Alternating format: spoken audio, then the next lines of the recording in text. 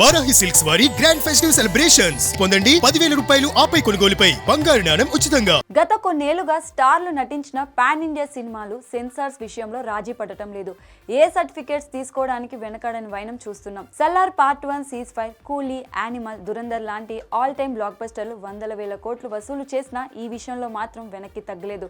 అయితే దీనివల్ల ఒక సమస్య ఉంది. చాలా మల్టీప్లెక్స్ లో ఉందనే కారణంగా 18 ఏళ్ల లోపు పిల్లలను థియేటర్స్లోకి అనుమతించడం లేదు. దీనివల్ల పెద్దలకు ఇబ్బందులు ఎదురవుతున్నాయి. కానీ ఈసారి సంక్రాంతికి ఎలాంటి సమస్య ఉండబోవడం లేదు. ఎందుకంటే అన్ని ఫ్యామిలీ ఎంటర్టైనర్లు కాబట్టి యు లేదా యుఏ ఏదో ఒకటి తెచ్చుకుంటున్నాయి.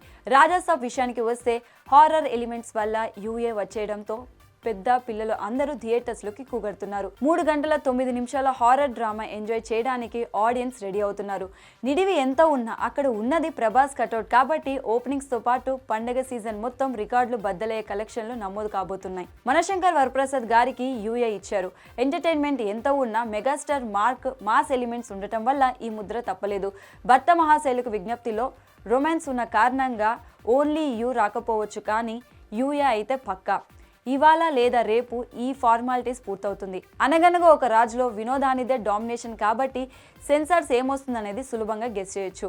నారి నారి నడుమ మురారి కూడా ఫ్యామిలీ కేటగిరీని. శర్వానంద్ చాలా గ్యాప్ తర్వాత క్లాస్ కామెడీ షిఫ్ట్ అయ్యాడు. జననాయకుడు డబ్బింగ్ కేటగిరీ, అందులోనూ భగవత్ కేసరి రీమేక్ కనుక పరిగణనలోకి తీసుకోవడం లేదు. థియేటర్ల కొరత, ప్రమోషన్లకు టైం లేకపోవడంతో పరాశక్తి తెలుగు వర్షన్ వాయిదా వేశారు.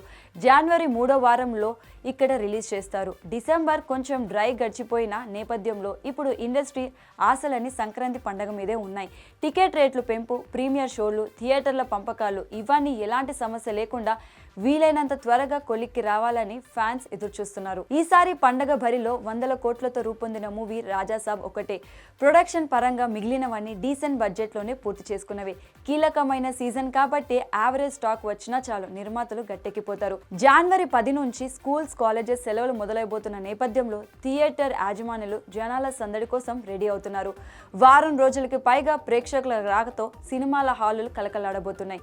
వచ్చే 6 సినిమాలలో కనీసం 3 బ్లాక్ బస్టర్ అయిన 100 కోట్లతో బాక్సాఫీస్ మీద కలెక్షన్ల వర్షం కురుస్తుంది.